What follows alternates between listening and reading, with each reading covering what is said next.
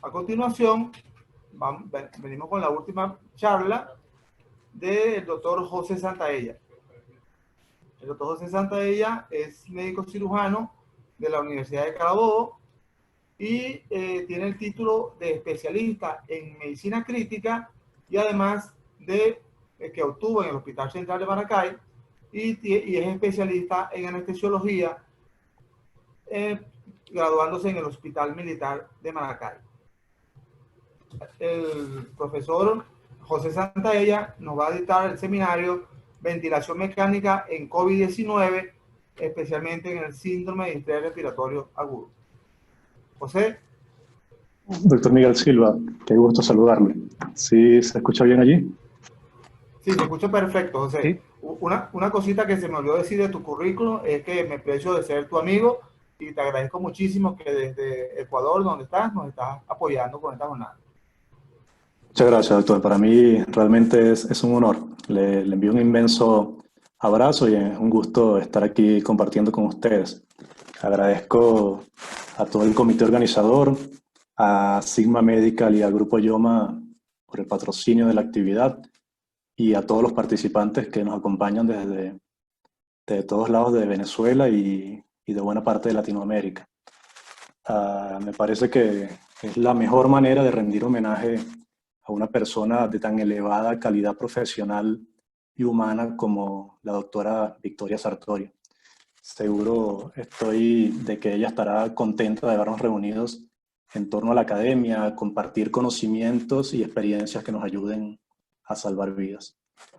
Bien, vamos a tratar de conversar un poco sobre al menos cómo iniciar la ventilación mecánica en los pacientes con síndrome de distrés respiratorio agudo asociado a COVID-19. Y lo primero que les quiero mostrar es este pequeño caso clínico resumido de uno de los primeros pacientes que se atendieron en el hospital donde estoy trabajando acá en el Ecuador. Un masculino de 68 años, hipertenso, hace 5 días que inicia enfermedad actual caracterizada por fiebre, dolor abdominal, tos, disnea.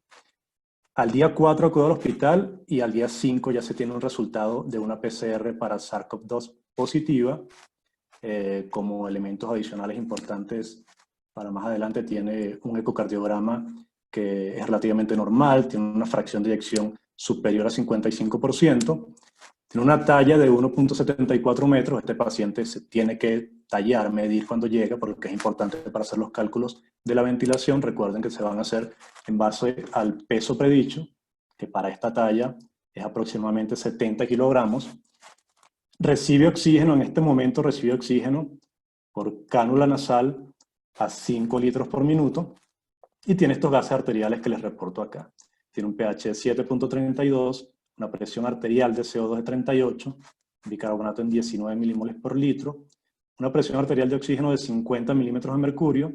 Si calculamos 50 milímetros de mercurio y recibe oxígeno por una cánula nasal a 5 litros por minuto, es decir, que tiene una FiO2 aproximada de 40%, podemos estimar que la relación PO2-FiO2 es de aproximadamente 125 milímetros de mercurio.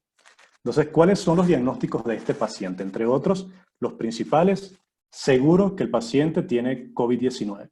Tiene la clínica y tiene una PCR para SARS-CoV-2 positiva. ¿Bien? Pero si además le aplicamos los criterios de la definición de Berlín, vemos que este paciente también tiene un síndrome de distrés respiratorio agudo. Si aplicamos el criterio del tiempo, está dentro de la primera semana del inicio de la injuria, tiene una tomografía en este caso, que vemos acá un corte, donde hay estas opacidades bilaterales que no se pueden explicar por efusión, colapso pulmonar o lobar o aparición de nódulos pulmonares. El origen del edema se descarta que sea un edema hidrostático, no se puede, de hecho tenemos ya un ecocardiograma con una fracción de eyección normal, un ecocardiograma relativamente normal, lo que excluye el origen cardíaco del edema. Y finalmente, el criterio más importante, que sería la oxigenación, calculamos una relación PO2-FiO2 que nos dio 125 milímetros de mercurio, aunque en ese momento no tiene PIB, pero debe mantenerse acá dentro de un SDRA moderado. Entonces, este paciente tiene COVID-19 y tiene SDRA moderado. Es un paciente que vamos a conseguir típicamente durante la evolución de los casos de COVID-19. ¿Qué es en líneas generales lo que está sucediendo en el alveolo y en el capilar y en la membrana alveolocapilar de este paciente? No quiero dedicar mucho tiempo a la fisiopatología, pudiéramos estar un día entero, pero sí recordar cómo está y cómo se ve un alveolo y un capilar sano, y cómo vemos probablemente o hacia dónde va evolucionando el alveolo y el capilar de este paciente. Paciente con SDRA por COVID-19, esta es una lámina que seguro han visto anteriormente, es una lámina famosa que se publicó en New England Journal hace varios años, pero tiene algunas modificaciones para adaptarla a este tipo de paciente. Vemos entonces un capilar con daño endotelial, vemos un capilar que puede tener presencia de microtrombos, algo que se ha descrito con mucha frecuencia en los pacientes con COVID-19. Este aumento de la permeabilidad vascular va a generar edema hacia el intersticio y también se inunda el alveolo de líquido, y más que de líquido es una especie de sustancia gelatinosa compuesta por células del sistema inmune, por monocitos, por neutrófilos que migran al interior del alveolo y que en conjunto con los macrófagos activados empiezan a liberar mediadores inflamatorios, empiezan a generar lo que sería probablemente el inicio de lo que llamamos la tormenta de citoquinas tan grave en estos pacientes. Vemos entonces lesión también del epitelio alveolar, formación de membranas hialinas y pérdida del surfactante pulmonar, lo que predispone al alveolo al colapso. En línea general es una serie de alteraciones que van a dificultar enormemente el intercambio de gases, principalmente del oxígeno, que tiene mayor dificultad para difundir que el CO2 y que ya no tiene que atravesar esta distancia de apenas unas 0.3 o 0.5 micras, sino que va a tener que atravesar una distancia 10 o 20 veces mayor desde aquí para poder llegar al capilar. Y peor aún, si logra llegar al capilar, es posible que consiga estos eventos trombóticos que le van a impedir entrar en contacto con el glóbulo rojo. Teniendo claro esto, entonces la pregunta que nos hacemos hoy es: ¿qué estrategia ventilatoria vamos a usar en un paciente que cumple criterios para síndrome de distrés respiratorio agudo y que tiene una infección por COVID-19 en fase aguda?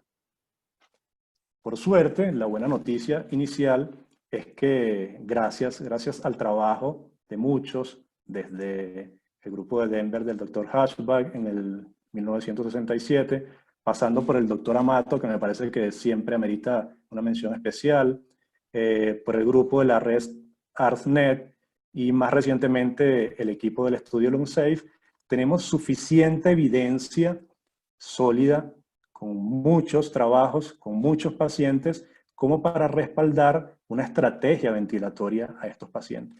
Y esta estrategia se pudiera resumir inicialmente en la que todos conocemos como ventilación mecánica protectora o protectiva, con sus tres elementos básicos, que son el uso de bajo volumen tidal, la limitación de una presión meseta a menos de 30 centímetros de agua, esto más adelante vamos a ver que ya ha estado sufriendo variaciones, y el uso de PIP, que ya pudiera ser un poco más controversial, el nivel de PIP, pero de lo que estamos seguros, como dice el doctor Miguel Silva, es de que hay que usar PIP. Uno de los protocolos más conocidos es el de ARSNet, que nos explica paso por paso los criterios de inclusión o de ventilación de estos pacientes, cómo programar cada uno de los parámetros y cuáles son las metas que vamos a conseguir o que vamos a tratar de conseguir en estos pacientes. Este protocolo sin duda ha servido como punto de partida y como referencia al diseño de protocolos de ventilación en pacientes con SDRA por COVID-19. A partir de aquí se han hecho las modificaciones necesarias para adaptar la ventilación a estos pacientes, siguiendo esa evidencia sólida que ya teníamos de todos los estudios anteriores.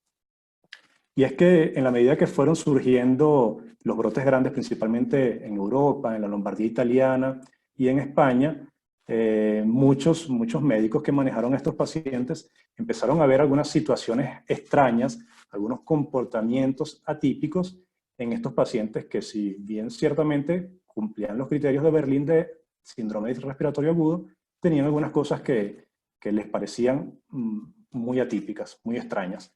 Y uno de los que resume y publica sus datos y sus observaciones principales es el equipo del doctor Luciano Gattinoni en Italia, que a mediados de abril de este año publica en la revista de Medicina Intensiva este artículo titulado Neumonía por COVID-19, diferente tratamiento respiratorio para diferentes fenotipos. Se plantean esa pregunta. Y nos comentan algunas cosas que luego se pudo ver acá. Y es posible que... Bien. Ellos nos plantean algunas cosas muy interesantes sobre estos pacientes, y es que tenemos claro que la presentación del COVID-19 puede ser muy heterogénea. Podemos pasar de un paciente que no presenta absolutamente ningún síntoma, aún teniendo factores de riesgo, de pacientes que no tienen síntomas, que no desarrollan enfermedad moderada o grave, hasta los pacientes que sí la desarrollan y hasta los pacientes que mueren por COVID-19, como hemos visto en una proporción que inicialmente no pensamos que iba a ser tan grave. Sin embargo, no solo dentro de ese amplio rango de presentación del COVID-19, si nos sectarizamos a los que desarrollan neumonía, inclusive los que desarrollan neumonía pueden tener una presentación igual de heterogénea y muy diferente entre uno y otro. De hecho, una de las presentaciones que a mí me llamó mucho la atención cuando lo vi en el hospital son los pacientes que llegan con una respiración relativamente normal, con una frecuencia respiratoria normal, que usted le pregunta si tiene dificultad para la entrada de aire y él dice que no, dice que se siente bien, pero cuando le coloca el oxímetro de pulso, el paciente satura 84, 85%, y lo primero que dice es, bueno, cámbiale el oxímetro porque debe haber un error allí en el instrumento. Pero resulta que no, el paciente sí está saturando 84% y sí tiene una PO2 baja, pero presenta algo que se ha denominado hipoxemia silenciosa. Básicamente hay varias teorías que intentan explicarlo, pero tendría que ver con alteraciones en la relación ventilación-perfusión que generan una presión de oxígeno baja, pero que el paciente no responde como debería responder. El paciente no empieza a aumentar su volumen tidal y no empieza a aumentar su frecuencia respiratoria, sino hasta que se supera un umbral bien peligroso de hipoxemia. Otros pacientes, por el contrario, ya llegan notablemente disnéicos, pueden responder o no al óxido nítrico. En cuanto a los niveles de CO2, pueden llegar con un CO2 bajo, normal o elevado, y pueden ser sensibles, mejorar la oxigenación con la posición prona o no. Pero lo más importante, lo más que llamó la atención de quienes manejaron a estos pacientes y que reportan en este artículo el equipo del doctor Gattinoni, es que si bien ciertamente hay pacientes con distensibilidad disminuida, como es lo esperado, resulta que hay muchos pacientes, y de hecho son la mayoría, los que cursan con una distensibilidad normal. Y ellos plantean que hipoxemia severa con distensibilidad normal no es algo frecuente en SDRA grave y es algo definitivamente muy atípico. En base a esto, entonces el equipo del doctor Gattinoni plantea que los pacientes con COVID-19, con neumonía por COVID-19, se pudieran estar comportando en base a dos fenotipos primarios. Un fenotipo al que ellos llamaron L, de low, que puede cursar con una tomografía similar a esta, donde predomina el patrón de vidrio esmerilado, que es característico del edema intersticial, pero que no tiene mucho edema alveolar, donde si vemos la distribución de los voxels de la tomografía, las barras azules nos indican que la mayor parte del pulmón está bien ventilado, está bien aireado.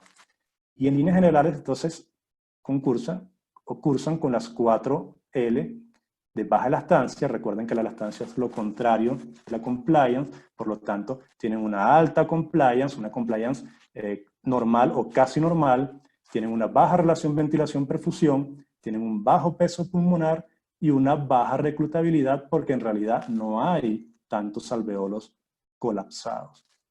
Por otro lado, tenemos el fenotipo H de Hyde, que ya cursa con una tomografía más similar a esta, donde hay compromiso de la ventilación alveolar. Estas son la mayor parte del tejido identificado con las barras rojas, nos indica que buena parte de los alveolos no están siendo ventilados, y entonces cursa con alta elastancia,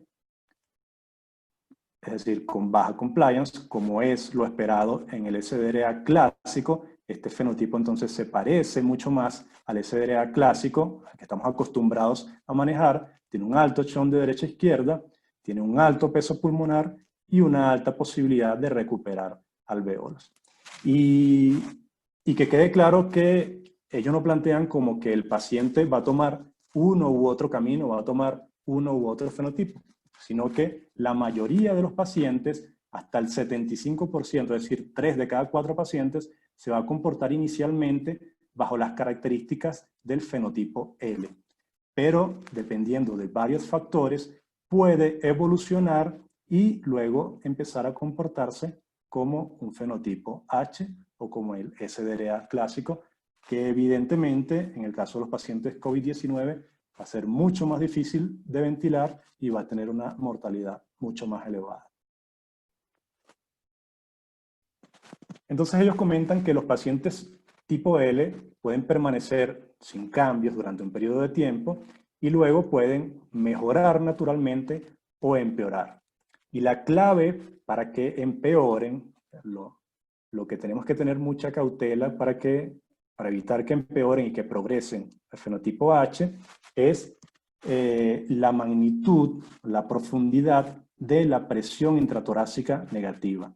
Mientras más negativa sea la presión intratorácica, es decir, mientras el paciente intente ingresar un volumen tidal más elevado, lo que va a suponer un aumento de la presión negativa intratorácica, entonces este paciente va a tener, como veíamos acá en la imagen, una mayor probabilidad y un mayor riesgo de incrementar el edema, de incrementar el biotrauma dentro del alveolo, y por lo tanto este fenómeno viene a ser conocido como la principal causa de lesión pulmonar autoinducida o autoinfligida por el paciente, reconocido como las siglas PSILI. Entonces, este paciente tipo L, que van a ser 3 de cada 4, como les comentaba, en promedio, él puede empeorar, puede progresar al fenotipo H, sea por factores adjudicables a la infección o a la susceptibilidad del huésped, pero también puede ser por la lesión atribuible a la ventilación de alto estrés, a la ventilación espontánea, es decir, a la lesión pulmonar autoinducida por el mismo paciente. Entonces, en resumen, ellos plantean que el tratamiento de estos dos tipos de pacientes, o de este paciente en diferentes etapas, debe ser igualmente distinto. Y como primera recomendación, ellos piden que lo primero que debemos hacer es revertir o tratar de revertir la hipoxemia incrementando la fracción inspirada de oxígeno, es decir, dando oxigenoterapia suplementaria. Si nosotros con la oxigenoterapia logramos frenar ese aumento del trabajo respiratorio, ese aumento de la presión negativa intratorácica, probablemente frenamos entonces el mecanismo de lesión pulmonar autoinducida. Y para los pacientes con disnea tenemos varias opciones no invasivas. Una de las que ha tomado más apoyo en los últimos meses es el uso de las cánulas nasales de alto flujo. Cánulas nasales de alto flujo y posición prona han estado mostrando una evidencia bastante aceptable. También se está usando presión positiva continua en las vías aéreas, en realidad no recomendado por ahora, y algunas modalidades de ventilación invasiva no recomendadas. Como ellos muy bien dicen, las opciones no invasivas pueden estar asociadas con altas tasas de fracaso e intubación tardía. Si nosotros no tomamos la decisión de intubar y prolongamos innecesariamente alguna de las medidas no invasivas, entonces pudiera este paciente con un fenotipo L, que tiene mayores probabilidades de sobrevivir, que tiene mayores facilidades para ser ventilado de manera mecánica, progresar a un fenotipo H que nos va a complicar mucho la capacidad de ventilarlo y que nos va a elevar la mortalidad considerablemente. Tercero, ellos comentan, la magnitud de las oscilaciones de la presión pleural puede determinar entonces la transición del tipo L al tipo H. La presión esofágica entre 5 y 10 centímetros de agua es bien tolerada, pero cuando ésta se eleva por encima de 15 centímetros de agua, entonces el riesgo de lesión pulmonar se incrementa considerablemente y allí la intubación debe realizarse lo antes posible.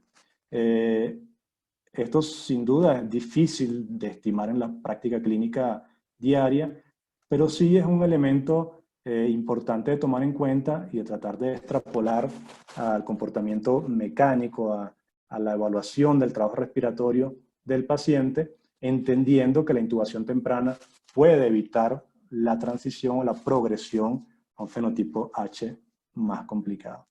Uno de los índices que se está usando con mucha frecuencia para determinar cuánto tiempo dejar al paciente en una opción no invasiva es el índice de ROX.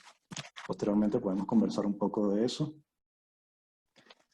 Bien, y la cuarta recomendación, sugerencia, la más controversial del equipo de Gattinoni, es que ellos dicen que una vez intubados y sedados los pacientes tipo L, los que tenían una compliance normal o casi normal, si tienen un CO2 elevado, si están hipercápnicos, ellos pueden ser ventilados con un volumen tidal superior a 6 ml por kilo. Inclusive dicen hasta 8 o 9 ml por kilo. 8 o 9 ml por kilo en un paciente que tiene criterios de SDRA. Eso sin duda fue una controversia enorme, pero ellos comentan que la alta distensibilidad produce presiones que son tolerables y que hay un bajo riesgo de lesión inducida por la ventilación mecánica. Además, finalmente dicen que el posicionamiento prono solo debe usarse como una maniobra de rescate, ya que en líneas generales para estos pacientes la cantidad de alveolo reclutable o la mejoría en la relación ventilación-perfusión no se va a notar tanto con la posición en prono, ya que las condiciones pulmonares son bastante buenas, demasiado buenas como para que se beneficien de esto, y igualmente la PIP debe manejarse a niveles bajos de 8 a 10 centímetros de agua en promedio por la baja capacidad de reclutamiento y el mayor riesgo de que esta PIP tenga repercusión hemodinámica. Como último, dicen que los pacientes con fenotipo H deben ser tratados como un SDRA grave, como se han tratado clásicamente el síndrome de estrés respiratorio agudo, incluyendo una PIP más elevada, si la hemodinamia lo permite, posicionamiento prono, ahí sí con alta recomendación, y soporte de oxigenación o extracción de CO2 extracorpóreo. Y todos cuando leímos este artículo, y muchas personas cuando leyeron este artículo, muchos expertos sobre todo, dijeron o se quedaron fijos en el párrafo que decía volumen tidal de hasta 8 o 9 ml por kilo en SDRA. Eso de inicio parece una locura. Y muchas críticas aparecieron a nivel mundial, a pesar de que este artículo tuvo mucho eco y tuvo mucha aceptación. Ciertamente en este punto, principalmente en este punto, tuvo muchas críticas o muchas advertencias de cautela. Y uno de los artículos que pudiera recoger esas voces detractoras del equipo de Gattinoni es este artículo publicado por el Dr. Fan, su equipo ubicado en los Estados Unidos, que publican The Lancet este paper titulado Síndrome de estrés respiratorio agudo asociado a COVID-19, ¿se justifica un enfoque diferente para el manejo? Esto es una respuesta directa al a la publicación del equipo italiano. Y empiezan entonces a lanzar sus dardos allí directo. Una de las cosas que comentan es que durante la pandemia de COVID-19 es importante equilibrar la evidencia que surge, evoluciona rápidamente, con el rigor científico necesario para respaldar cambios en el manejo del paciente. Entonces lo hago así textualmente, tal como lo dice el artículo, para no descontextualizar nada. Y es totalmente entendible. Ellos comentan que no podemos desechar evidencia que proviene de estudios clínicos aleatorizados, doble ciego, de Lonside, de ARSNet, de miles de pacientes. No podemos sustituir esa evidencia por un reporte de una serie de casos de 100, de 200 pacientes. Y eso, en realidad, es razonable. Además, comentan que los informes de heterogeneidad fenotípica en pacientes con SDRA asociado a COVID-19 pudieran ser malinterpretados o interpretados de manera inapropiada y conducir a estrategias perjudiciales en el manejo de la ventilación mecánica. Específicamente con respecto a esa afirmación de que se pudieran manejar con 8 o 9 ml por kilo de volumen tidal, ellos creen que alguien pudiera cometer el error de decir, este paciente tiene COVID-19 y yo le puedo dar 8 ml por kilo independientemente de que ya se esté comportando como un fenotipo H o con una baja compliance. Además, grandes estudios observacionales sugieren que los pacientes con SDRA asociado a COVID-19 tienen una mecánica respiratoria similar a la de los pacientes con SDRA por otras causas. Y allí nos muestran este gráfico donde si nos centramos en la compliance de estos pacientes, ellos dicen, bien, si ustedes reportan una compliance promedio en Italia de 50 ml por centímetro de agua, igual que en otras partes de Europa, en Holanda 49 ml por centímetro de agua, la verdad es que en Estados Unidos nosotros no hemos visto eso.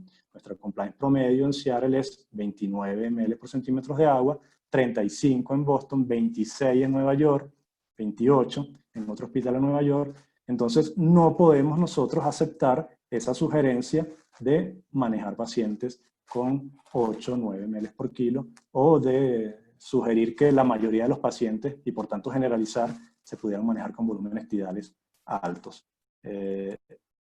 Finalmente, entonces, lanzan este martillazo de juez donde afirman que la mayoría de los pacientes SDRA asociado a COVID-19 son, o es al final, síndrome de estrés respiratorio agudo. Y no hay que estar inventando tanto, le faltó decir. Una respuesta directa al planteamiento del equipo italiano. Entendiendo entonces en qué punto está la discusión y la controversia en cuanto al manejo de la ventilación mecánica en estos pacientes, vamos a tratar de definir de manera práctica cómo iniciar la ventilación mecánica y cómo tender un puente entre estas dos posiciones. En realidad no es que es un desacuerdo mayor, en la mayoría de las cosas estamos de acuerdo y todos los expertos están de acuerdo, pero pudiéramos tender un puente entre esa sugerencia de manejar niveles de volumen tidal más elevados si tomamos en cuenta las metas de presión. Existe un documento del equipo del curso formativo en ventilación mecánica que resume cómo iniciar la ventilación en estos pacientes en 10 sencillos pasos. Ya se los haré llegar a través del comité organizador. Vamos a tratar de ver eso mismo, pero de una manera un poco más calmada. Entonces, para iniciar la ventilación en estos pacientes, lo primero que debemos hacer, y tenemos que dejarlo claro, es calcular el peso ideal o el peso predicho de este paciente. Tenemos por lo menos dos fórmulas recomendadas. Nosotros sugerimos que se use para efectos de que es fácil de recordar y por lo tanto más práctico, la del índice de masa, la de la OMS, que sería la talla en metros al cuadrado multiplicado por 23 en los hombres y por 22 en las mujeres.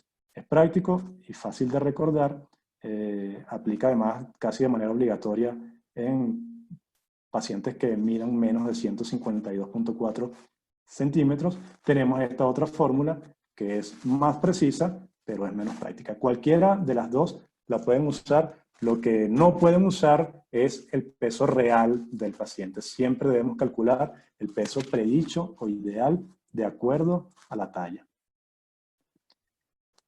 Luego vamos a seleccionar un modo ventilatorio. ¿Qué modo ventilatorio vamos a seleccionar? La recomendación de la mayoría de los protocolos es usar un modo asistido controlado por volumen o su equivalente, que sería ventilación con presión positiva intermitente, IPPB, sea con o sin autoflow.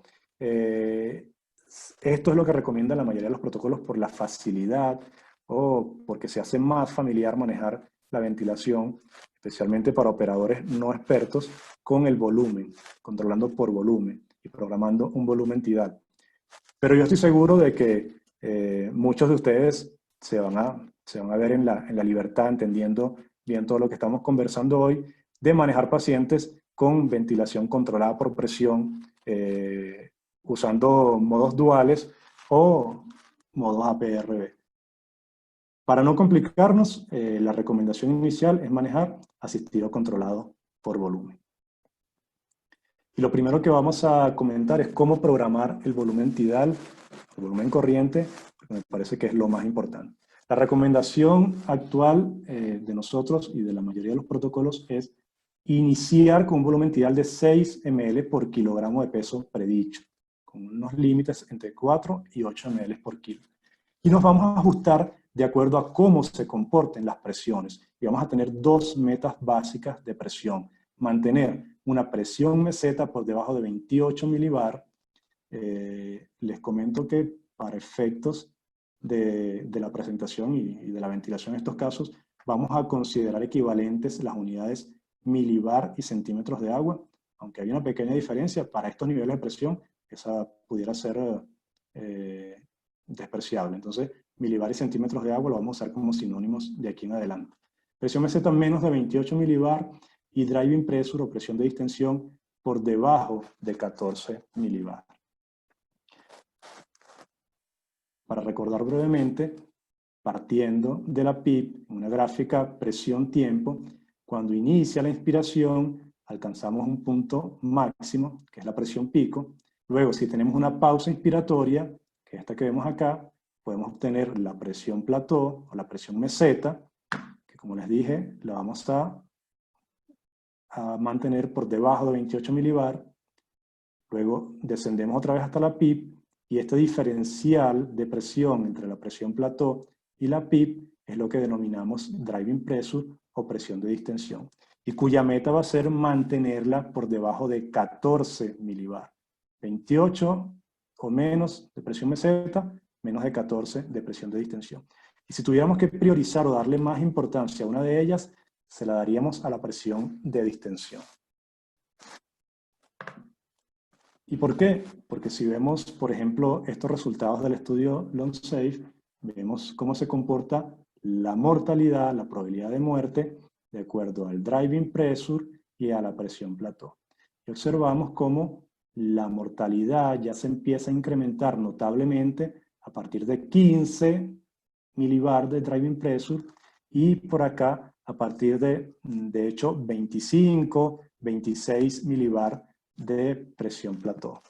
Y esto es lo que ha obligado a disminuir ese límite, que antes nos manejamos con menos de 30 de presión meseta, ahora nos manejamos con menos de 28, inclusive algunos protocolos ya se vienen ajustando más a 26 a 25, aunque pudiera ser una meta bastante difícil de cumplir en algunos pacientes.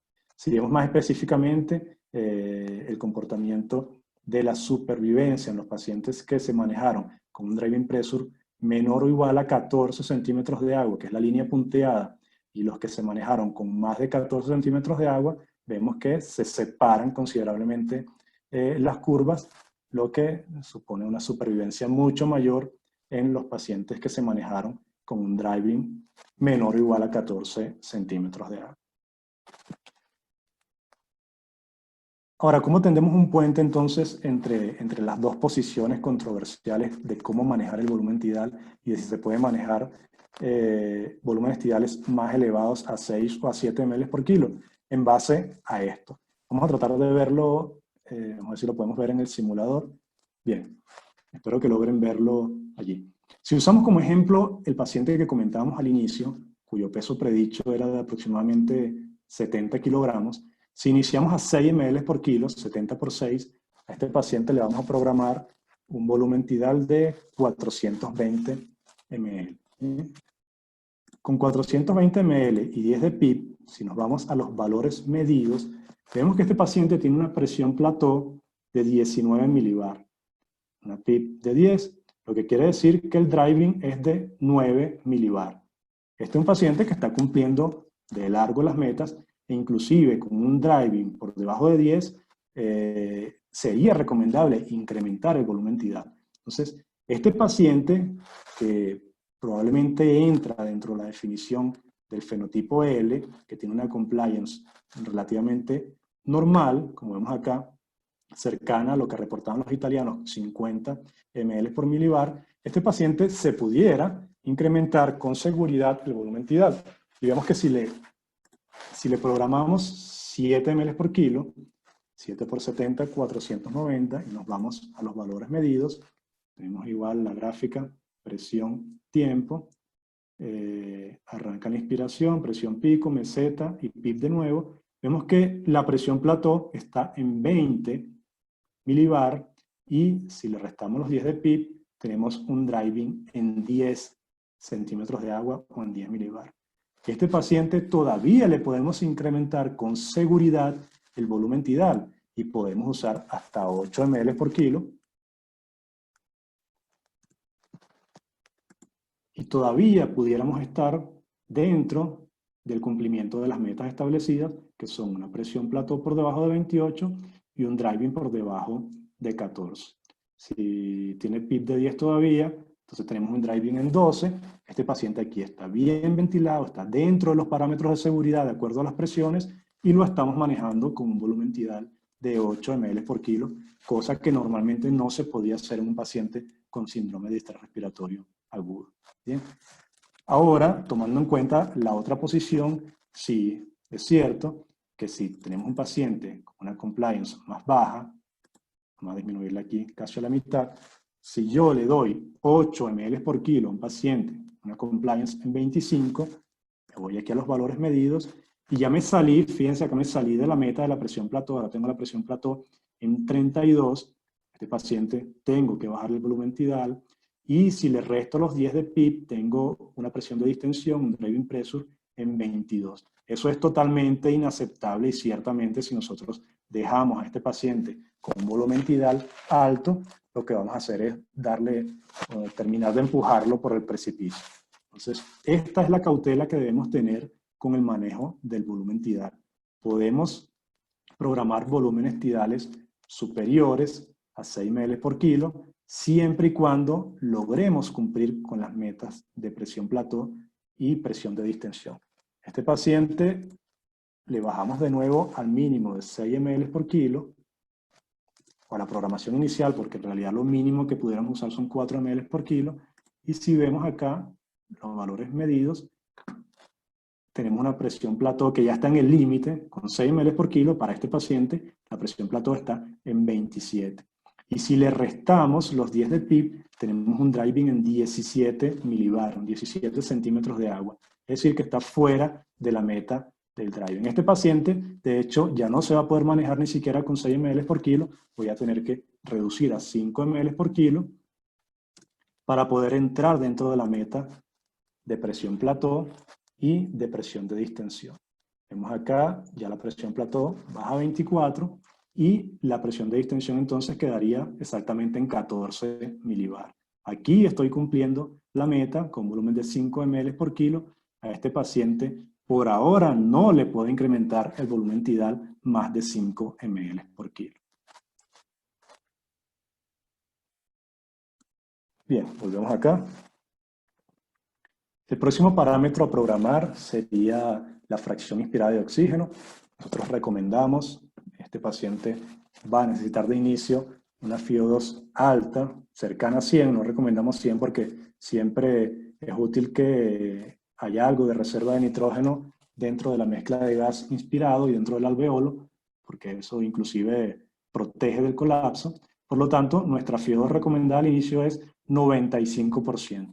Y luego hacemos los ajustes necesarios para mantener una meta de presión arterial de oxígeno entre 55 y 80 milímetros de mercurio, o una saturación periférica de oxígeno entre 88 y 94%. La saturación periférica de oxígeno es suficiente para establecer la FiO2 mínima en estos pacientes.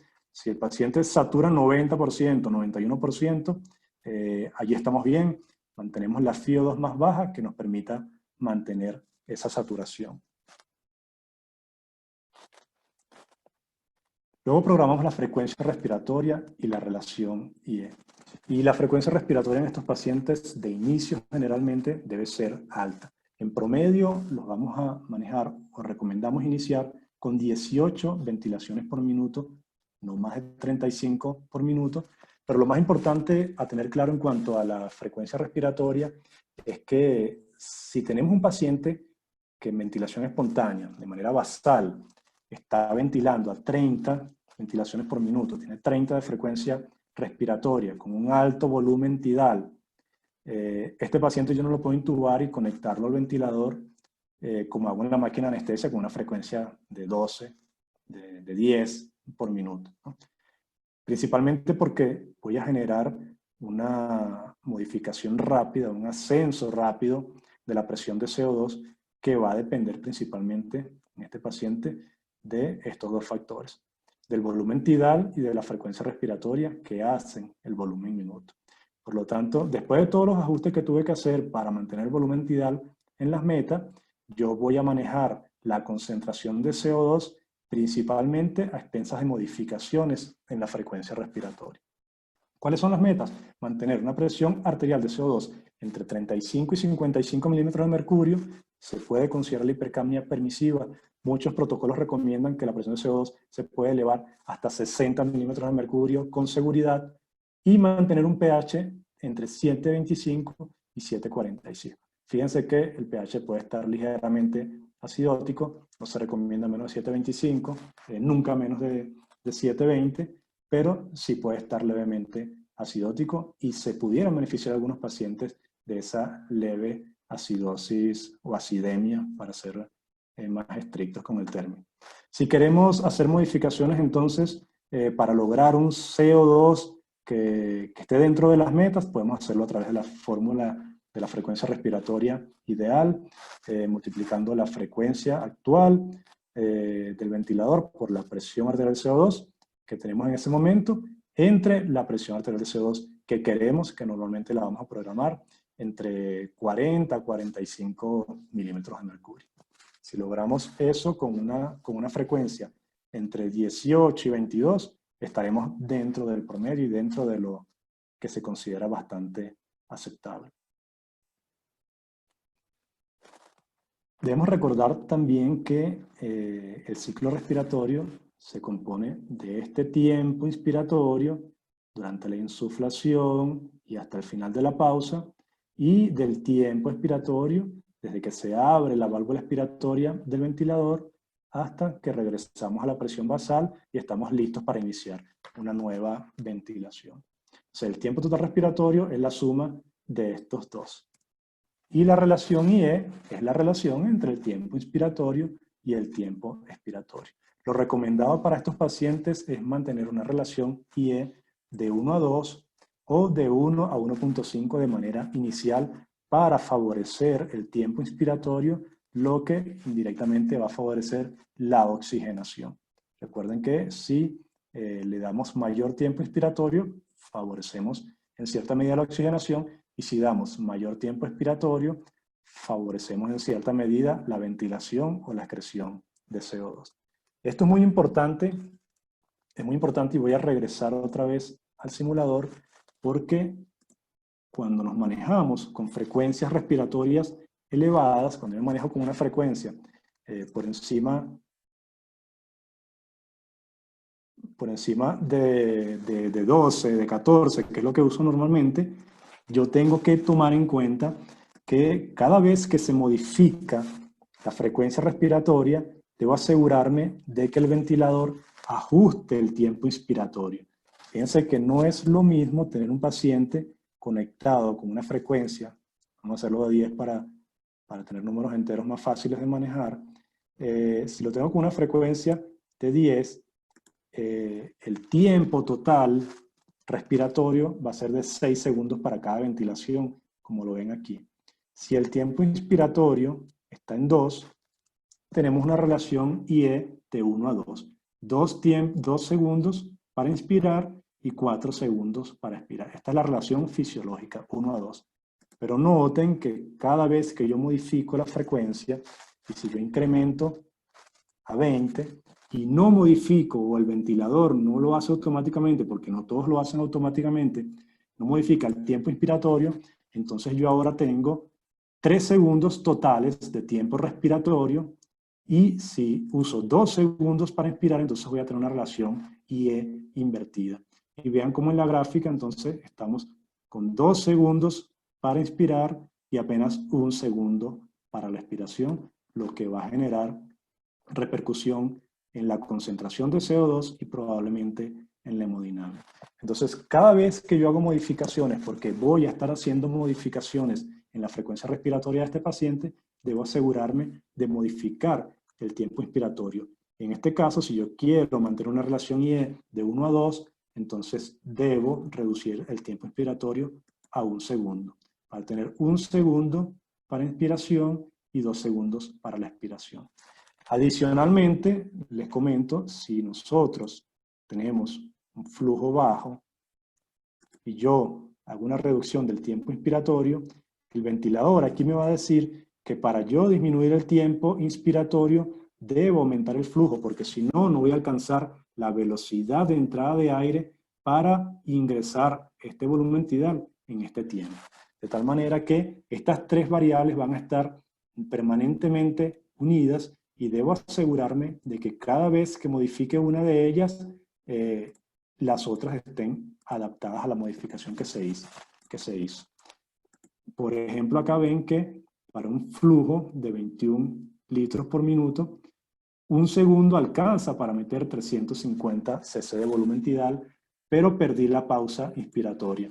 Entonces, si ustedes ven que eso les pasa en el ventilador, ustedes incrementan un poco el flujo para alcanzar el volumen tidal en menor tiempo y van a ver cómo aparece entonces la pausa inspiratoria que les va a permitir la medición de la presión meseta.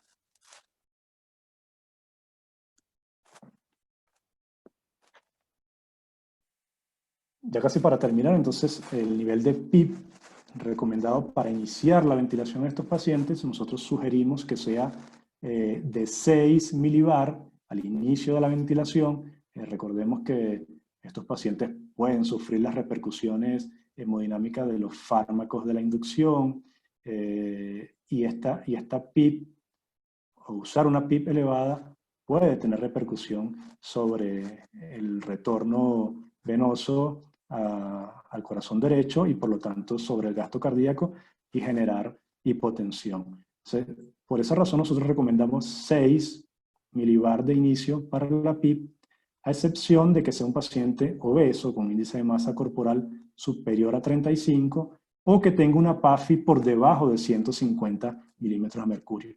En estos 2 casos, entonces recomendamos iniciar de una vez con una PIP de 10 milibar. Luego vamos a titular, no es que se va a quedar aquí la PIP, nosotros partimos de la premisa de que la mayoría de los pacientes se van a comportar dentro de lo que decíamos que era el fenotipo L, con una compliance normal, con una baja reclutabilidad y que no se van a beneficiar de PIP elevado, a excepción de estos. Pero seguramente la mayoría de estos pacientes se van a manejar con una PIP promedio entre 10 y 15 milibar. Si vemos en este modelo pulmonar de un paciente con SDRA, vemos cómo se expanden los alveolos con el volumen tidal, pero inmediatamente colapsan. Esto con una PIP de 0. ¿Ya? Vemos que cuando se incrementa la PIP a 5, ya empezamos a reclutar alveolos. Pero el reclutamiento no dura mucho tiempo. De inicio vimos cómo hubo más expansión y hubo recuperación del doble de los alveolos que estaban siendo aperturados, pero luego se pierde. Ya en 10 se ve un poco más bonito el video, tenemos muchos más alveolos que están participando, que se incorporan al intercambio gaseoso.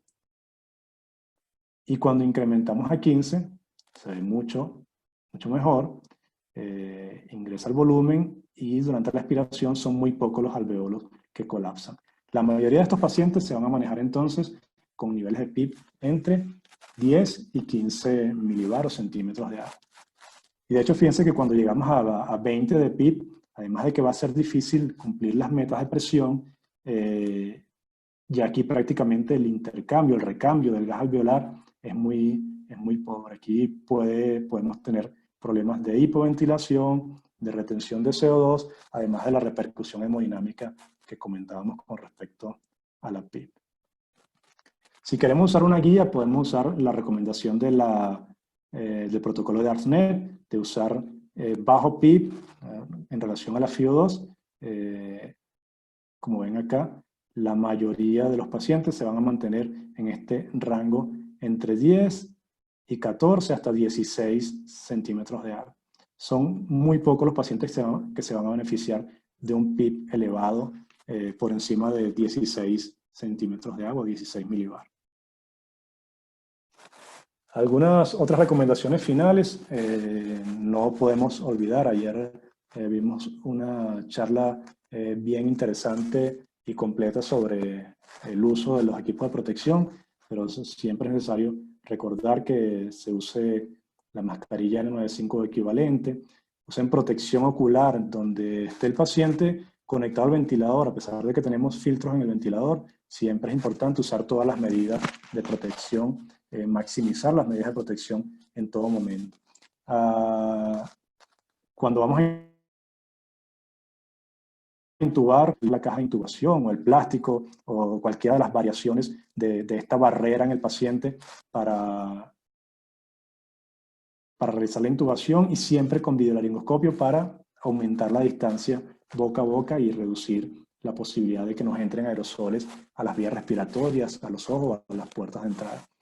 Siempre debemos usar filtros antivirales en el sistema respiratorio. Es imprescindible que antes de la válvula expiratoria, es decir, en la rama expiratoria del sistema, del circuito ventilatorio, tengamos un filtro viral o antiviral de alta eficiencia. Recomendado también que tengamos otro filtro entre la pieza en Y del sistema respiratorio y el tubo endotraqueal. Si hay que hacer alguna desconexión por alguna razón, tengamos un filtro adicional allí. Esos dos filtros serían recomendados. Siempre que vamos a realizar aspiración de estos pacientes, tiene que hacerse con circuito cerrado de aspiración. El reclutamiento alveolar no se recomienda de rutina en estos pacientes, por lo que comentábamos previamente.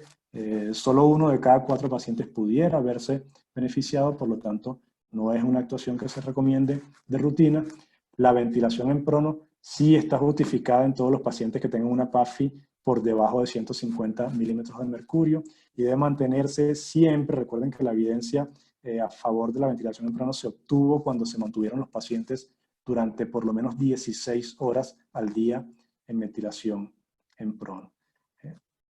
La principal dificultad de esta es la logística, la cantidad de personal que requiere realizar el procedimiento, pero si tomamos en cuenta el beneficio, sí se justifica y sí debemos usar ventilación en prono para los pacientes con COVID-19. Inclusive en fases más tempranas de la neumonía se ha visto un beneficio importante. Y si la PAFI es menor a 150, no hay dudas de que se va a beneficiar de la ventilación en posición prono. La pseudoanalgesia en estos pacientes es muy importante. Al inicio no queremos que el paciente esté haciendo asincronía. Inclusive si tiene una PAFI por debajo de 150, no queremos que haga ningún esfuerzo inspiratorio, y por lo tanto lo vamos a manejar tanto con pseudoanalgesia como con bloqueo neuromuscular, para evitar que el paciente continúe esa lesión pulmonar autoinducida aún ya estando conectado al ventilador, lo que sería totalmente inaceptable. Y finalmente, una recomendación que se hace con frecuencia a partir de los resultados de los estudios de ARSNet es el manejo conservador de fluidos. Pero en este caso de los pacientes COVID-19, la recomendación es que el manejo no sea tan conservador. estos pacientes pudieran necesitar un manejo de fluidos más similar al del paciente en shock séptico que al del SDRA clásico. Recuerden que tienen un alto riesgo de fracaso renal agudo y debemos estar atentos de mantener un buen equilibrio en el aporte de fluidos. Conclusiones. Ciertamente tenemos un largo camino por recorrer y mucho que aprender durante esta pandemia. Este virus ha aflorado muchas cosas buenas, malas, y nos ha demostrado que es bien impredecible, seguro y altamente posible que estas modificaciones se puedan ver alteradas o modificadas en el transcurso de que vaya surgiendo nueva evidencia. Debemos estar preparados para eso. El SDRA asociado a COVID-19 puede tener una presentación atípica, pero disponemos de herramientas y estrategias basadas en la evidencia para que el manejo ventilatorio mejore la sobrevida, la supervivencia de estos pacientes. Y finalmente, bueno, nunca antes fue tan importante tener conocimientos sobre ventilación mecánica. Algo que a mí me parece sorprendente y genial es ver al traumatólogo, al ginecostetra, estudiando y preguntándote sobre ventilación mecánica. Me parece sencillamente genial. Bueno, me despido agradeciendo y con esta foto de nuestros hospitales que me hacen sentir como en casa. El Hospital Central, sé que ya esta foto ha sufrido algunas modificaciones. Creo que hay un muro aquí, esto está pintado de manera diferente, pero siento que seguimos siendo la misma gente y que pronto recuperaremos todos esos espacios y nos volveremos a encontrar allí todos de manera presencial. Muchas gracias a todos.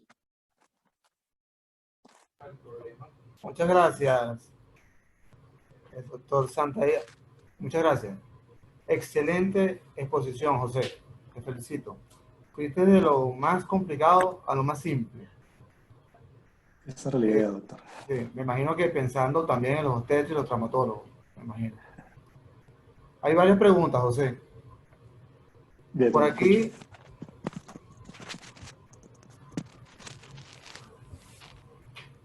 por aquí te pregunta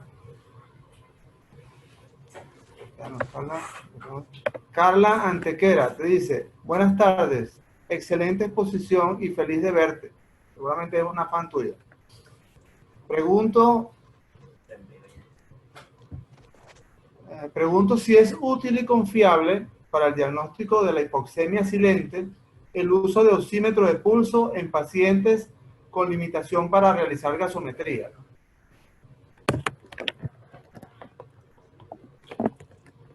Gracias, doctor Miguel. Oye, qué bueno saludar, para mí un gusto saludar a la doctora Carla Antequera, que fue mi adjunto en el posgrado de anestesiología del Hospital Militar. Un gran abrazo y un saludo extendido a todo el personal del Servicio de Anestesiología del Hospital Militar. Realmente muy agradable saludarles. Doctora, con respecto a la pregunta, ciertamente es una advertencia que se hace en estos documentos y en estas publicaciones que mencioné anteriormente.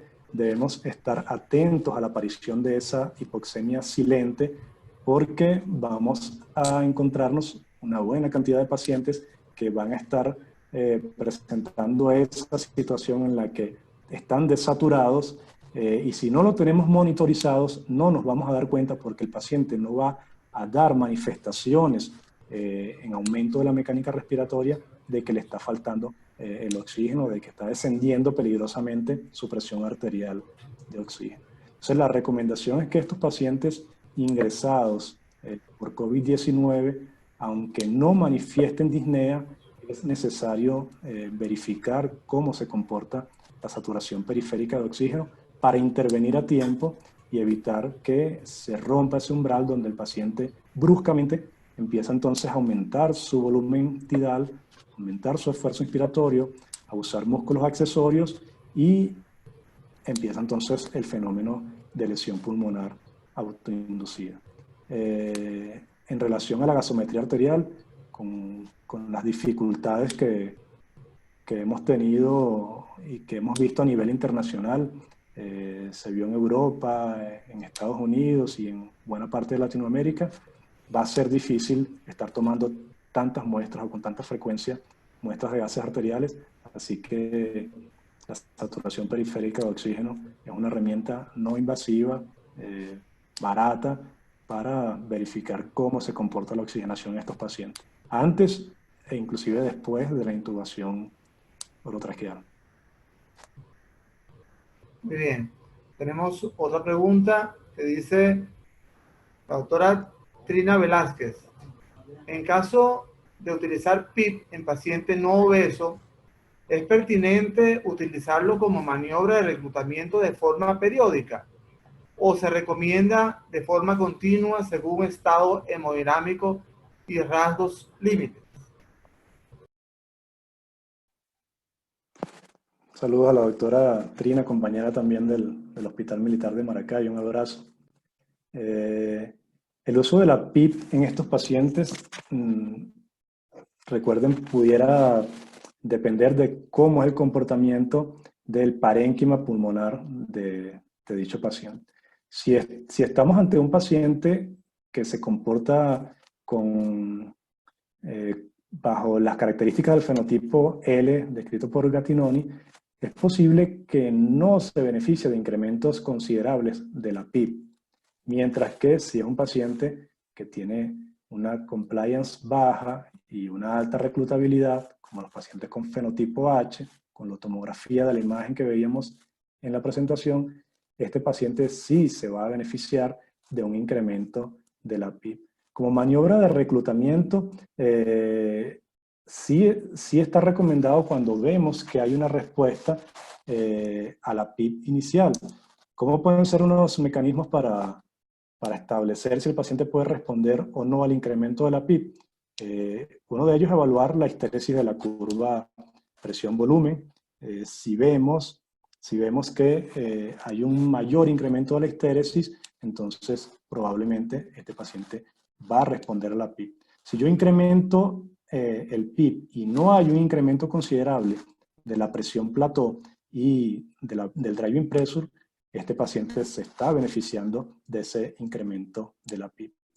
Y usar maniobras de reclutamiento como tal por tiempo corto y altas presiones, como hemos hecho con algunos pacientes, generalmente con pulmón sano, porque para SDRA ya sabemos que eso no tiene un beneficio importante. No está recomendado usar reclutamiento con alta presión y corto periodo, sino más bien sería escalar progresivamente los niveles de presión, los niveles de PIP, de 3 a 5 centímetros de agua progresivamente hasta alcanzar una presión máxima de 40 milibaros, de 40 centímetros de agua, y luego en la misma medida que incrementamos la presión, disminuimos para que el efecto, el resultado de la maniobra de reclutamiento se pueda sostener en el tiempo. Y la mejoría en la oxigenación y en la compliance, que serían los elementos básicos para saber que la maniobra tuvo éxito, se puedan mantener y no se pierdan inmediatamente que suspendemos la maniobra de reclutamiento.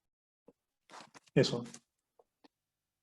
Muy bien, por aquí te preguntan, ¿es adecuado manejar este tipo de pacientes con los ventiladores que disponemos en las máquinas de anestesia?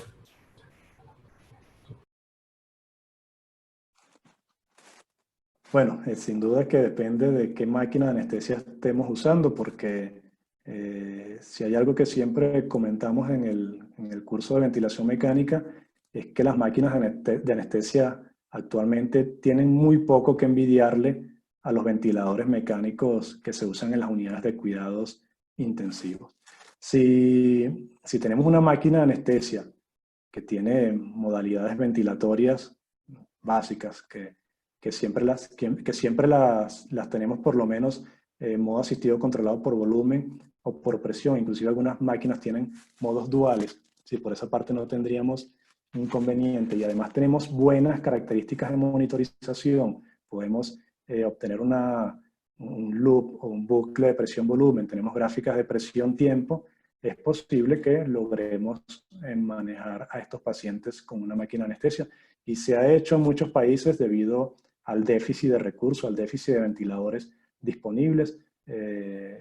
se han usado las máquinas de anestesia para ventilar a estos pacientes, siempre teniendo las precauciones de proteger la rama expiratoria del sistema con un filtro antiviral de alta eficiencia para evitar que entonces estemos generando aerosoles allí en el ventilador de la máquina. Pero sí se puede usar la máquina, ahí habrán máquinas que tendrán mucha menos capacidad de las más antiguas y se nos dificulte la monitorización especialmente de estos pacientes, pero con las máquinas modernas sí se pueden manejar y en mi hospital eventualmente tuvimos que manejar pacientes conectados a las máquinas de anestesia del quirófano.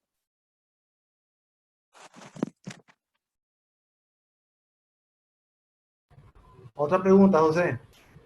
Respecto a la ventilación no invasiva en COVID, ¿es mayor el riesgo de contagio por la producción de aerosoles? ¿Se recomienda este tipo de ventilación?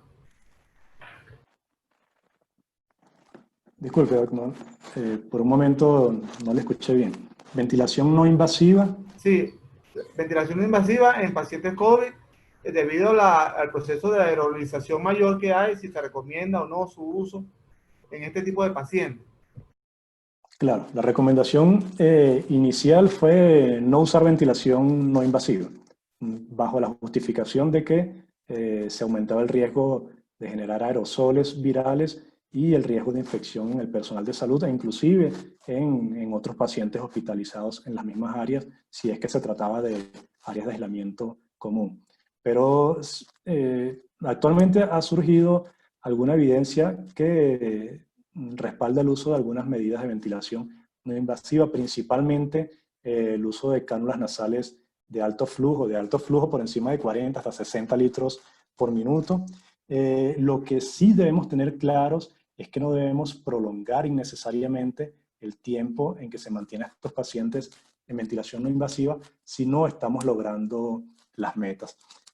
Por ejemplo, si tenemos un paciente conectado a una cánula nasal de alto flujo y calculamos el índice de ROX, que les comentaba previamente, que no es más que la SAFI sobre la frecuencia respiratoria, si ese índice de ROX a los 60 minutos es menos de 3, a las 6 horas es menos de 3.5 o a las 12 horas es menos de 4, nosotros no debemos retrasar la intubación de ese paciente. Ese paciente se debe intubar inmediatamente porque lo que vamos a generar es lo que ya he repetido varias veces, el paciente se va a terminar lesionando él mismo los pulmones y va a agravar su situación y va a progresar de un fenotipo L a un fenotipo H si no tomamos la decisión de intubarlo en ese momento. Luego, bueno, van a entrar y se vio en otros países las consideraciones que tienen que ver con la disponibilidad de recursos. Si yo tengo 20 pacientes con criterios de intubación, pero solo tengo 10 ventiladores, entonces tendré que ofrecerle algo a los pacientes que no voy a poder intubar. Allí, dejando un poco de lado la evidencia sobre la ventilación no invasiva, sobre lo perjudicial que pudiera ser mantenerlo, es necesario que tengamos alguna alternativa y hasta ahora la que ha dado mejores resultados es la cánula nasal de alto flujo. Muy bien, José. Otra pregunta. ¿Hay algún indicador que nos permita hacer el cambio precoz de la estrategia ventilatoria cuando pasa el fenotipo L al fenotipo H? Esta pregunta la hace Yandy Rosales.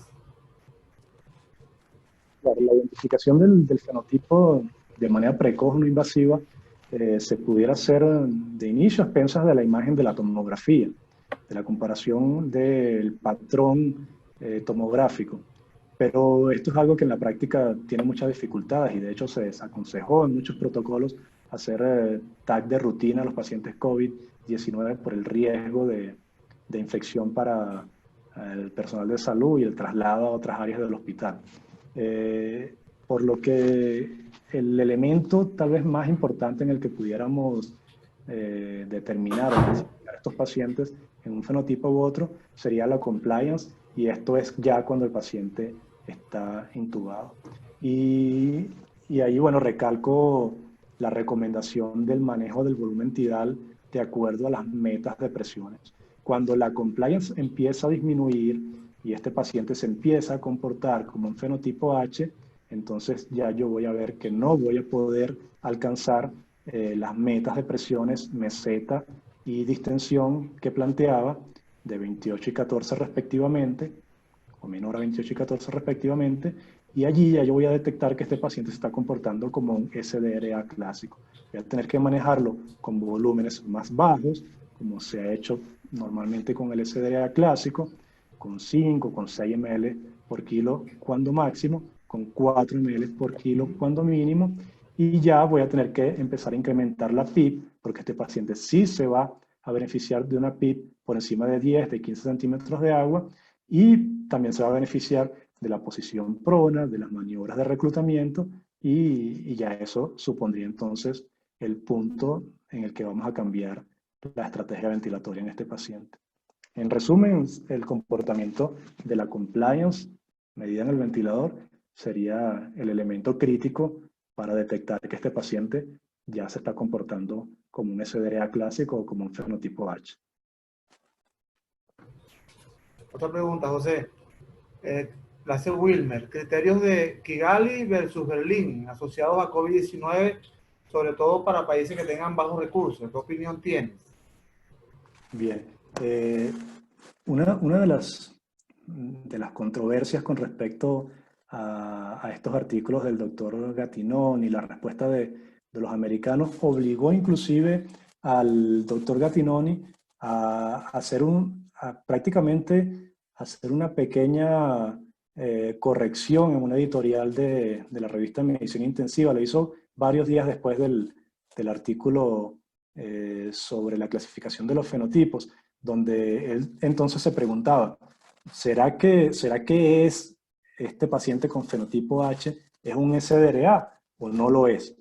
Y en ese sentido aparecieron muchas voces que recomendaban entonces la revisión de los criterios de Berlín, porque si ciertamente la compliance no es un criterio incluido en la definición de Berlín, pudiera ser un elemento en los pacientes con COVID-19 que hace una notable diferencia entre el comportamiento de un paciente y otro. Entonces, el punto que a mí me parece más correcto es que si bien el paciente cumpla o no cumpla la definición de Berlín o se adapte o no a un fenotipo, yo creo que la base, la estructura, la columna vertebral de la estrategia ventilatoria es la misma.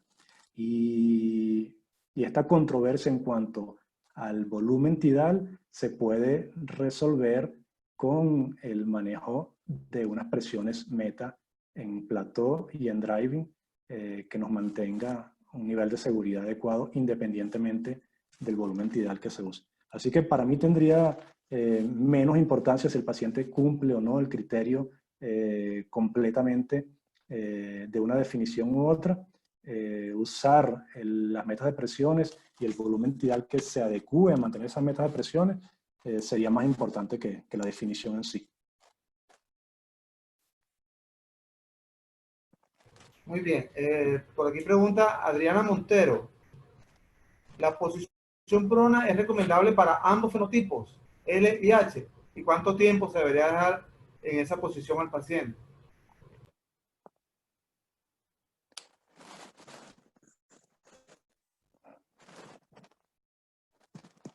La posición prona es indiscutiblemente beneficiosa para los pacientes con fenotipo H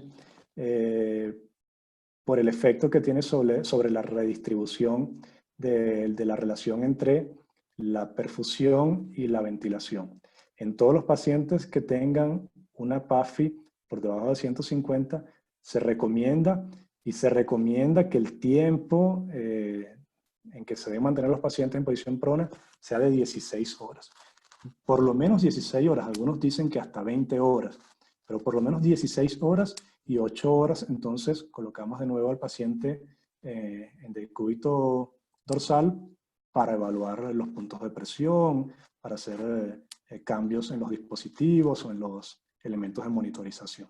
Para el fenotipo L, si bien este paciente no se beneficia tanto como el paciente tipo H, sí está descrito que ese acoplamiento entre la ventilación y la perfusión, porque estos pacientes tienen un problema con el mecanismo de vasoconstricción pulmonar hipóxica, y la posición prona tiene un efecto más por esta vía del acoplamiento de la ventilación-perfusión, que también beneficia y mejora la oxigenación en los pacientes, aun cuando tengan un comportamiento que se parece más al fenotipo L. Por eso es que ha tomado tanta popularidad y ha tenido tanto impacto el uso de la posición prona. O sea, en el fenotipo H, yo creo que sí igual se justifica utilizarlo claro, con menos probabilidad de beneficio que en los pacientes que se comportan en un fenotipo más parecido al H. Muy bien, José. Tenemos aquí una pregunta de la profesora Hirschel. ¿Qué opina sobre la realización de medir la saturación en reposo y luego un ejercicio como una fórmula para detectar la hipoxemia oculta? Ya, gracias a la doctora. Un saludo.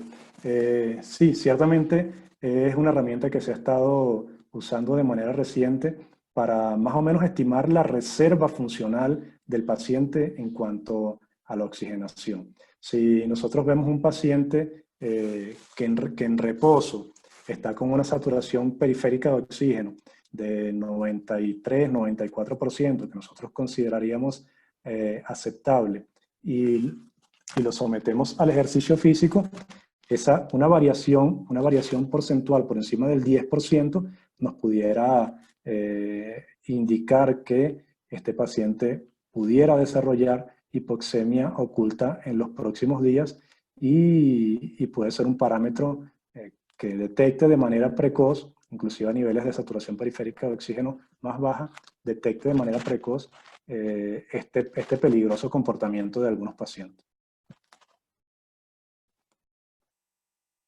Mira, José, aquí hay una pregunta que vale como $1.000.000. ¿Existe el Se la dejo PIB a usted. óptimo? Yo sabía que ¿Existe, venía por ahí. ¿Existe el PIB óptimo en el manejo del paciente con COVID? Yo lo dije en broma, pero esa es una pregunta sin duda para el doctor Miguel Silva. El PIB óptimo ha sido una utopía en el SDRA desde hace muchos años, y se han descrito diferentes mecanismos para tratar de estimar el PIB óptimo en los pacientes con SDRA clásico, y continuamos tratando de establecer mecanismos para tener el PIB óptimo en estos pacientes.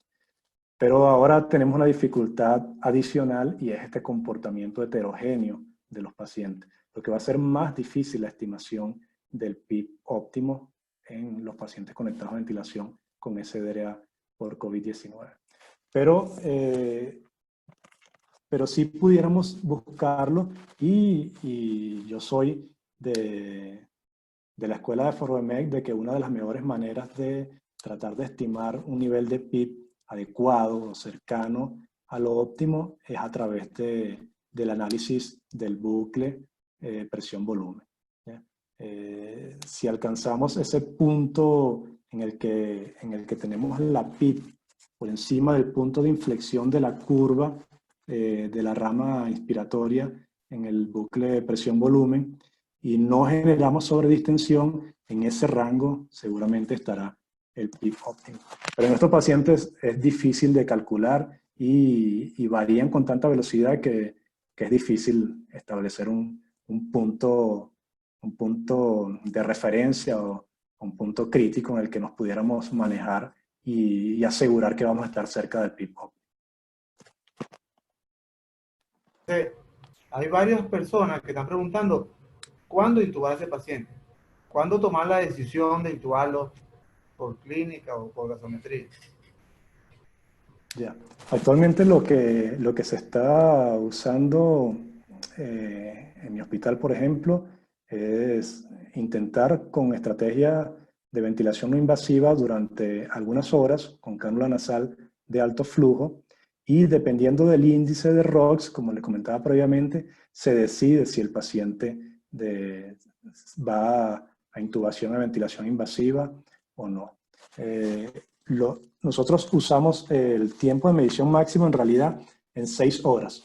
Y si tenemos un índice de ROX menor a 4, aunque la mayoría de los protocolos dicen 3.5, tenemos un índice de ROX menor a 4, ya sabemos que ese paciente muy probablemente va a necesitar ventilación invasiva y no tenemos por qué esperar más tiempo porque si tenemos la disponibilidad del ventilador, no hay por qué esperar más, porque a partir de allí el paciente va a generar lesión autoinfligida. Otra relación sería la relación PO2-FiO2. Pacientes con PAFI por debajo de 150 seguramente ya deben estar intubados independientemente de la estrategia de ventilación invasiva que se esté usando. Inclusive pacientes con una PAFI por debajo de 200 ya hay que estar preparando la posibilidad de ventilación invasiva. Mira, José, una pregunta muy interesante de alguien que creo que tú conoces muy bien. Es el doctor Nicolás Santaella. Pregunta, como consecuencia de la pandemia se han construido diferentes ventiladores. ¿Cuáles son los recomendables o qué está pasando la prueba de este momento? Los que están pasando la prueba en este momento. Bien, para los que no saben, el doctor Nicolás Santaella, médico internista, es mi padre. Por eso el doctor Miguel Silva dice que seguro lo conozco muy bien. Qué bueno que está allí conectado. Ya me siento como con toda la gente que me ha preguntado, me siento como una videollamada familiar. Sí. Doctor, le escuché, se han fabricado diferentes ventiladores mecánicos, pero la última parte no le escuché bien. Sí, la pregunta es que se han fabricado y cuáles son los que son recomendables, si han pasado la prueba del tiempo en este periodo de pandemia. Pues. Si tiene algún conocimiento de estos nuevos ventiladores. La verdad es que se intentaron establecer diferentes alternativas cuando se dieron los grandes brotes en Europa y en Norteamérica de fabricar diferentes ventiladores para atender la demanda de pacientes que requerían ventilación invasiva y no teníamos la disponibilidad en los hospitales de suficientes ventiladores. Inclusive les mostraba, me parece que en la página de Formec, algunos ventiladores de flujo que se conectaban directamente a la pared y ciclaban de una manera muy interesante y si se quiere bastante efectiva, con una presión bastante aproximada a la que se programaba, a pesar de que era totalmente analógico. Pero la verdad es que la mayoría de estas alternativas han quedado en el camino desechadas porque no es fácil ventilar a estos pacientes. No puedes ventilar a un paciente con SDRA con un ventilador artesanal. Las probabilidades de que el paciente muera son muy elevadas. Se plantearon alternativas como conectar a 2 pacientes en un solo ventilador, conectar un pistón que presionaba un ambú y le enviaba el volumen tidal al paciente. Chévere, eso te puede permitir ventilar a un paciente durante algunas horas, o durante algún procedimiento rápido o en el mejor de los casos para trasladarlo a un centro que tenga mayores capacidades en la unidad de cuidados intensivos. Pero ventilar de manera prolongada un paciente con SDRA por COVID-19 que puede estar en promedio 14 días conectado a un ventilador, con un ventilador artesanal, improvisado, es muy difícil. La verdad es que los resultados no han sido buenos y la mayoría de estas iniciativas, si no contaron con el apoyo en realidad de la industria para generar dispositivos que tengan capacidades de precisión en los parámetros y capacidades de monitorización, han desaparecido y no han funcionado como quisiéramos. Fue una alternativa y una opción que se agradece, bastante loable. Mucha gente hizo un esfuerzo enorme para ofrecer estas opciones, pero la verdad es que para ventilar un paciente con SDRA se necesita un ventilador de alto performance. Mira, José, la excelencia de tu charla se está midiendo por el número de preguntas que hay. ¿Viste? Por aquí, Carla Brazón nos pregunta, gracias por tan excelente conferencia. En caso de no contar con este tipo de filtros virales, ¿existe algún método de desinfección de la máquina de anestesia? Ya.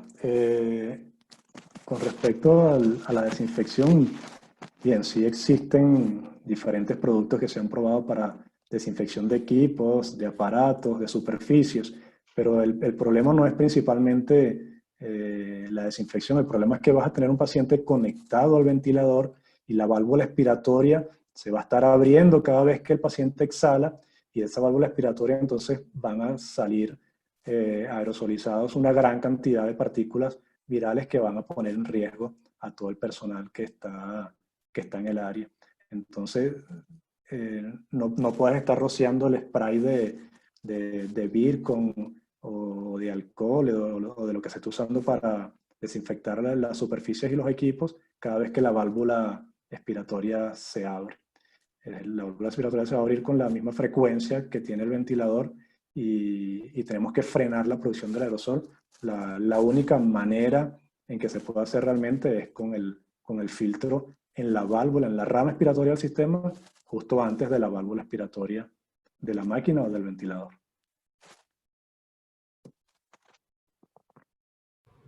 Pregunto por aquí, Reni Cuiro, ¿qué opinión merece la conexión de un ventilador a dos pacientes mediante conexiones en Y?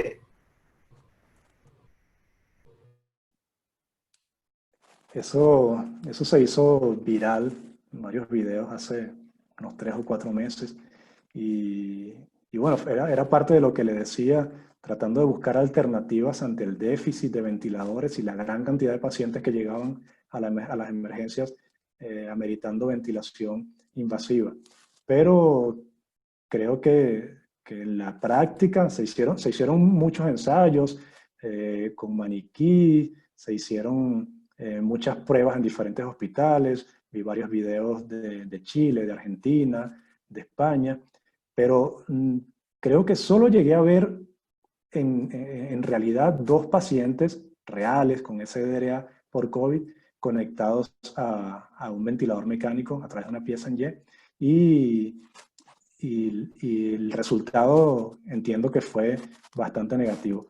Como les decía, es difícil la presentación del SDRA en COVID, es tan heterogénea que necesitarías tener 2 pacientes con compliance, con resistencia y con características del sistema respiratorio muy similares como para que los puedas manejar con la misma máquina o con el mismo ventilador de manera simultánea a través de una pieza en Y. Entonces, una medida de emergencia extrema, temporal y transitoria pudiera ser, pero una estrategia a mediano y largo plazo, estoy seguro de que sería un fracaso. No se puede ventilar 2 pacientes con tantos parámetros específicos que debemos programar y con tantos elementos.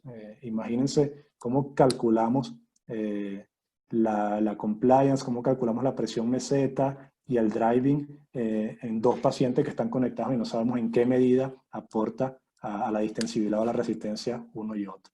Entonces, como medida a corto plazo, de manera emergente, pudiera servir, pero a mediano y largo plazo creo que el resultado definitivamente es malo. Muy bien, tenemos preguntas también que han sido hechas a través de Facebook. Ya tú parcialmente ya la respondiste, no la vamos a repetir, pero sabemos que hay gente conectada en Facebook Live. Por último, creo que vamos a dejar esta la última pregunta de la doctora Laura Pavón, que dice, ¿cómo ha sido su experiencia con el uso de la clasificación de Killy-Kimball, la SOFI, en vez de la PAFI, para la clasificación de síndrome de estrés respiratorio, en vista de las dificultades que hay para la realización de gasometría? Creo que ya tú parcialmente nombraste algo, pero si quieres recapitular al respecto. Claro, sí, le comentaba que las dificultades en la disponibilidad de recursos se presentaron en los hospitales más grandes de Europa y de Estados Unidos, así que no hay razones para pensar que no vamos a enfrentar lo mismo nosotros.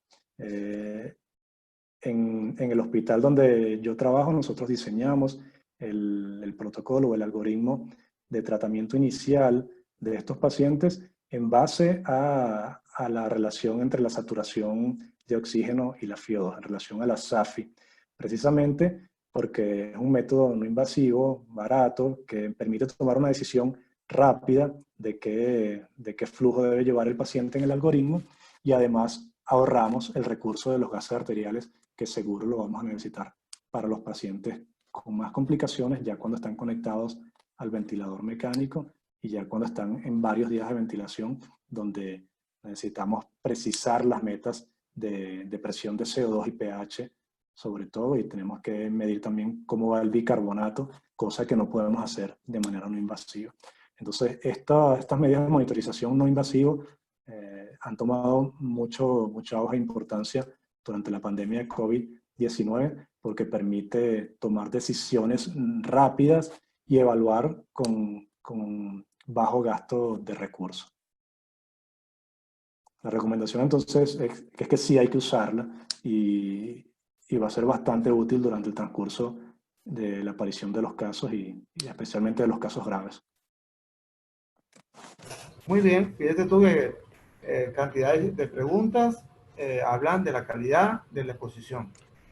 Gracias al doctor José Santaella, profesor. Esperemos que pronto podamos vernos y compartir otra vez en Foro MX. Seguramente lo vamos a hacer por este medio, porque ya estamos programando hacer algo de ventilación mecánica vía online como una necesidad, pues. La ventilación mecánica la podamos explicar los venezolanos para los médicos venezolanos. Muchísimas gracias, José. Bueno, esperemos que así sea. Estamos siempre a la orden. Un saludo y un abrazo a todos. Saludos a Nicolás y a Eni, que me están escribiendo aquí en el chat. Y a todos los compañeros del Hospital Central, del Hospital Militar. Ha sido un placer compartir con ustedes.